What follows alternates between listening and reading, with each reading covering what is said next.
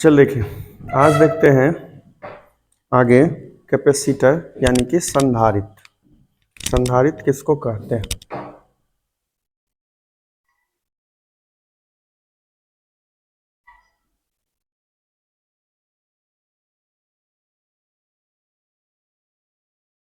Capacitor तो समझिए आप, ऐसा संधारित्र जो होता है बना होता है हमेशा दो प्लेट से, दो चालक प्लेट से, मतलब जिस पे आवेश दिया जा सकता है। उसमें एक जो प्लेट होता है वो धनावेशित होता है और दूसरा जो प्लेट होता है वो ऋणावेशित होता है। कैपेसिटर जो है एक सिस्टम है टू प्लेट का, यानी capacitor is a system of two plates in which one plate is positively charged which is known as collector plate. Collector plate उसको इस कारण से कहते हैं क्योंकि चार्ज को स्टोर करता है पॉजिटिवली चार्ज, ठीक है। हिंदी में संग्राहक प्लेट, धनावेशित जो प्लेट होता है उसको संग्राहक बोलते हैं क्योंकि वो आवेश को संचित करता है, जमा करता है, ठीक है। दूसरा जो ऋणावेशित प्लेट होता है उसके लिए फिगर से आप ऐसा समझ सकते हो, दो प्लेट है, एक पे प्लस होता है, दूसरे पे उतना ही चार्ज माइनस, ठीक है। दोनों एक दूसरे से किसी डिस्टेंस पे सेपरेट रहता है। अब उसमें से जो माइनस वाला रहता है, मतलब जिस पे चार्ज माइनस में होता है, ये हमेशा बहुद्रित रहता है, यानी कि ग्राउंडेड होता है,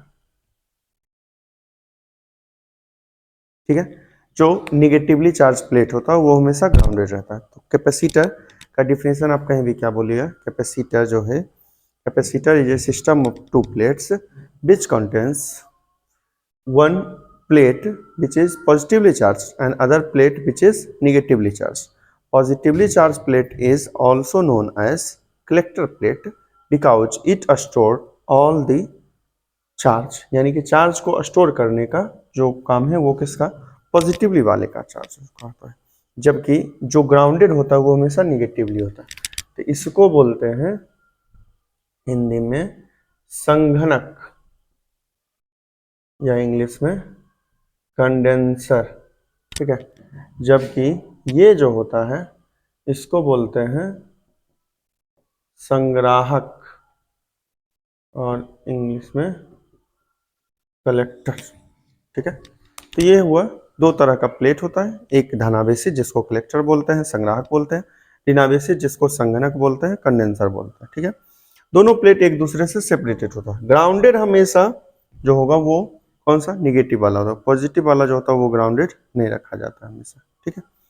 अब इसमें समझिए, जब इसका आप कैपेसिटी, तो कैपेसिटी में हम पहले से जान रहे हैं कि जो Q का वैल्यू होता है वो डायरेक्टली प्रोपोर्शनल होता है V के, और Q is equal to CV, यानी कि धारिता जब निकालना होगा इसका। तो यहाँ जो C है वो कांस्टेंट है, नियतांक है, उसी को बोलते हैं हम संधारित्र की धारिता, और C का फॉर्मूला होता है Q/V, ठीक। Q डायरेक्टली प्रोपोर्शनल V, मतलब समानुपाती V कैसे लिख रहे हैं, क्योंकि V का हम पीछे सूत्र पढ़े हैं 1/4 pi epsilon not Q/R। V और Q में संबंध देखिए, यहाँ ये सामना सामनी है, मतलब समानुपाती है, डायरेक्टली प्रोपोर्शनल। Q बढ़ेगा तो V बढ़ेगा, V बढ़ेगा तो Q बढ़ेगा, ठीक। तो Q डायरेक्टली प्रोपोर्शनल समानुपाती V या Q, जब भी समानुपाती वाले चिन्ह को बराबर में चेंज करते हैं तो वहाँ पे कांस्टेंट आता है, नियतांक आता है, यहाँ नियतांक C है, इसी को बोलते हैं हम संधारित्र की धारिता, ठीक। C बराबर Q/V।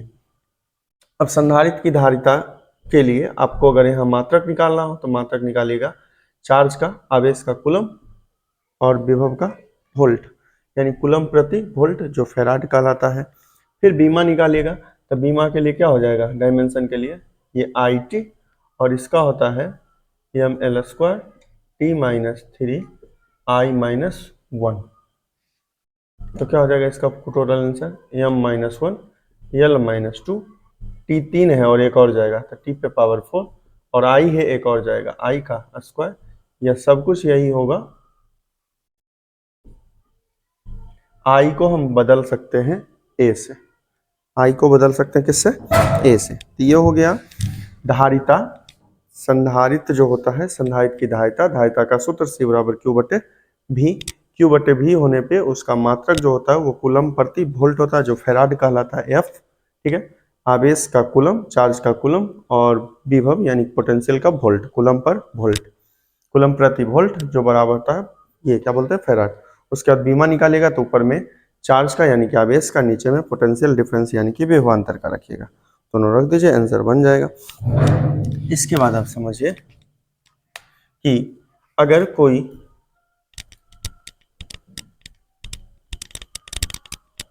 आपसे ये पूछा जाए कि किसी संधारित्र पर जो है वो कुल आवेश कितना होता है, ये क्वेश्चन ऑब्जेक्टिव डायरेक्ट बनता है कि संधारित्र पर कुल आवेश कितना होता है। तो संधारित्र पे कुल आवेश जब भी हम बनाएंगे तो जितना एक प्लेट पे प्लस होता है उतना ही दूसरे प्लेट पे माइनस होता है, जितना एक प्लेट पे प्लस में दूसरे प्लेट पे उतना ही माइनस में, तो जितना प्लस उतना माइनस कभी भी जोड़ेंगे तो हमेशा आंसर कितना, जीरो बनेगा।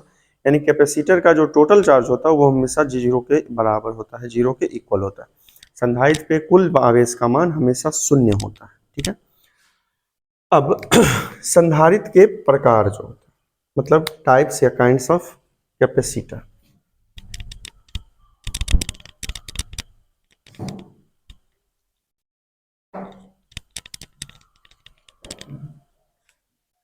काइंड्स ऑफ कैपेसिटर या ये टाइप्स ऑफ कैपेसिटर मतलब संधारित्र के प्रकार, कुल मिला के ये तीन तरह का होता है। एक होता है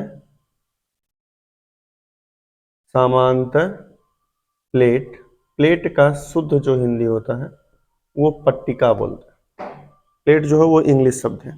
समांतर प्लेट संधारित्र, दूसरा गोलीय प्लेट संधारित्र, और तीसरा बेलनाकार प्लेट संधारित्र। समांतर का मतलब हुआ पैरेलल प्लेट कैपेसिटर, गोलीय का मतलब स्फेरिकल प्लेट कैपेसिटर, और बेलनाकार का सिलिंड्रिकल प्लेट कैपेसिटर। ठीक है, अब समझते हैं समांतर प्लेट संधारित्र किसको कहते हैं। पहला पैरेलल प्लेट कैपेसिटर, और इसका क्या कैपेसिटी होता है, पैरेलल प्लेट कैपेसिटर। चलिए, तो समांतर प्लेट संधारित्र अभी जो पीछे फिगर बनाए थे वो समांतर प्लेट संधारित्र, जिसमें दोनों प्लेट एक दूसरे के समांतर किसी निश्चित दूरी पर स्थित हो, वो जो संधारित्र कहलाता है वो संधारित्र कहलाता है कौन सा, समांतर प्लेट संधारित्र। यानी कि that capacitor in which both plates kept parallel to each other at some distance या some finite distance is known as parallel plate capacitor. ठीक है, यानी कि जिस संधारित्र में, संधारित्र बनना है हमेशा कितने प्लेट से, दो प्लेट से, दोनों प्लेट एक दूसरे के समांतर किसी निश्चित दूरी पर रखते हैं, उस संधारित्र को बोलते हैं हम समांतर प्लेट संधारित्र। ठीक है, अब ये कोई समांतर प्लेट संधारित्र है, एक पे प्लस क्यू दूसरे पे माइनस क्यू, और दोनों एक दूसरे से कितने डिस्टेंस पे, डी डिस्टेंस पे, यानी कि दो दूरी पे स्थित। ये माइनस वाला जो होगा हमेशा बुद्रित रहेगा, ये बुद्रित का चिन्ह है, मतलब अर्थिंग जिसको आप बोलते हैं। ठीक है, अब इसमें मान लीजिए ये ए है और ये बी है, तो ए भी कोई पैरेलल प्लेट कैपेसिटर है यानी कि समांतर प्लेट संधारित्र है। इसके लिए धारिता कितना होगा, तो धारिता का अभी हम सूत्र पढ़े हैं, या कभी भी तीनों में जब धारिता निकालिएगा, कैपेसिटी निकालिएगा, तो ये सब एक ही सूत्र पे बनेगा, सी बराबर क्यू बटे वी। मतलब आप भी का आंसर बना लीजिए, क्यू का आंसर बना लीजिए, डिवाइड कर दीजिए, आंसर बन जाएगा सी का। तो इसका क्यू और भी कैसे बनाएंगे, तभी के लिए समझिए सबसे पहले कि ये कोई प्लेट है, ठीक है, कंडक्टर है, और कंडक्टर के नियर में जो फील्ड होता है, ये हम पीछे पढ़े हैं एप्लीकेशन ऑफ गॉस थ्योरम सबसे लास्ट में, कि जब क्या होगा, प्लेन शीट ऑफ चार्ज होगा तब आंसर होता है सिग्मा बाई 2 एप्सिलॉन नॉट, और केवल कंडक्टर होता है, चालक होता है, तब आंसर होता है सिग्मा बाई एप्सिलॉन नॉट। ठीक है, तो E is equal to sigma by epsilon naught, यानी कि दोनों प्लेट के बीच में विद्युत क्षेत्र E हो तो E का सूत्र बनेगा सिग्मा बाई एप्सिलॉन नॉट, जिसमें सिग्मा समझते हैं आप, सिग्मा जो है वो ये क्या है, इसका सरफेस चार्ज डेंसिटी यानी कि पृष्ठ आवेश घनत्व है पूरे संधारित्र का। ठीक, अब समझिए यहाँ से कि सिग्मा और यहाँ क्यू है, ठीक, या तो क्यू को सिग्मा के रूप में बदल लेंगे लास्ट में, या अभी ही सिग्मा को हम बदल देते हैं क्यू के रूप में।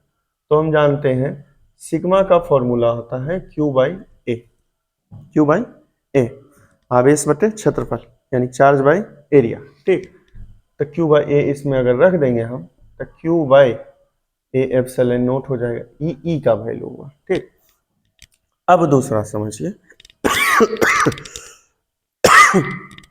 दूसरा चाहिए आपको भी का वैल्यू। ठीक है, क्यू और भी ही बनाना है, सी में लास्ट में रखना है, C is equal to Q by V. चलिए अब इसमें क्या कीजिएगा, जब इसको बनाना शुरू कीजिएगा, भी बनाइएगा, तो भी और ई में एक रिलेशन हम पर पीछे, E is equal to minus d V by d r, relation between electric field and electric potential, यानी कि विद्युत क्षेत्र और विभव में संबंध जो होता है वो इससे। अब समझिए, जब मैग्नीट्यूड लेते हैं, मतलब हिंदी में परिमाण लेते हैं, तो माइनस से कोई मतलब नहीं होता है, माइनस से कोई भी मतलब नहीं होता, तो माइनस हट गया। डी भी है मतलब भी का छोटा वैल्यू है, डी भी है मतलब भी का छोटा वैल्यू है। ठीक है, तो डी भी जब बड़ा हो जाएगा तो भी हो जाएगा। और उसी तरह डी आर जो है डिस्प्लेसमेंट होता है, मतलब विस्थापन होता है या दूरी होता है। तो यहाँ दोनों प्लेट के बीच में दूरी कितना है, डी है, यानी कि यहाँ से हम यूज कर सकते हैं कि ई बराबर भी बाई डी, ई बराबर भी बाई डी। तब भी अगर निकालेंगे तो कितना आंसर बनेगा, ई इंटू डी, ई तो हम पहले ही निकाल चुके हैं, ई बराबर माइनस डी वी बटे डी आर से परिमाण लेंगे, मतलब मैग्नीट्यूड लेंगे तो माइनस हटेगा पहले, फिर डी वी को जब बड़ा लिखेंगे तो डी वी छोटा वैल्यू है, उसको बड़ा लिखना होगा तो डी वी का बड़ा वैल्यू क्या होगा, भी होगा। और उसी तरह से नीचे में डी आर जो होता है वो डिस्प्लेसमेंट होता है, छोटा सा डिस्प्लेसमेंट होता है, यहाँ दोनों के बीच में दूरी जो है वो कितना है, डी है, तो डी हो गया। ठीक, अब समझिए ई का वैल्यू ऊपर से रख दीजिए, भी is equal to Q by A epsilon naught और इनटू डी, ई आ गया हमारे पास भी का वैल्यू। हमें कैपेसिटी निकालना है, सी का वैल्यू, अब कुछ भी नहीं करना, सिर्फ भी का तक ही आंसर बनाना। अब समांतर प्लेट संधारित्र के लिए धारिता, यानी कि पैरेलल प्लेट कैपेसिटर का कैपेसिटी सी हो, तो सी का फॉर्मूला हम जान रहे हैं कितना, क्यू बाई भी।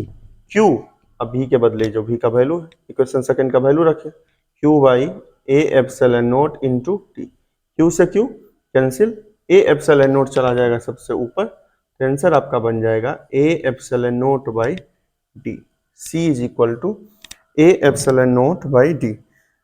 यही है समांतर प्लेट संधारित्र की धारिता, यानी कि पैरेलल प्लेट कैपेसिटर का कैपेसिटी। सी का फॉर्मूला ए एप्सिलॉन, बस बिल्कुल आसान है, सिर्फ आप भी का वैल्यू बनाइए, भी का वैल्यू बनाए, C is equal to Q by, सब में कैपेसिटी जब भी निकालिएगा धारिता तो यही आपको यूज करना है, सी बराबर क्यू बटे भी, ये हो गया आंसर। ठीक, अब यहां से हम ये समझते हैं कि सी का वैल्यू किस किस पे डिपेंड करेगा, तो समझिए सी, ए क्या है, एरिया है इस कैपेसिटर का, यानी कि इस संधारित्र का क्षेत्रफल के समानुपाती होता है, मतलब capacity of a parallel plate capacitor is directly proportional to their area, मतलब किसी भी समांतर प्लेट संधारित्र की धारिता जो होती है उसके क्षेत्रफल के समानुपाती होती है। दूसरा डी के व्युत्क्रमानुपाती आपको दिख रहा है, ये ऊपर में और ये कहाँ है, नीचे में। तो capacity of a parallel plate capacitor is inversely proportional to the distance between their both plates, यानी कि दोनों प्लेट के बीच में जो दूरी होता है उसके व्युत्क्रमानुपाती होता है। और एप्सिलॉन नोट जो है वो है कि बीच में जो माध्यम होगा, जहां कुछ नहीं होता वहां क्या होता है, वायु होता है, एयर होता है, एयर या वैक्यूम जिसको बोलते हैं।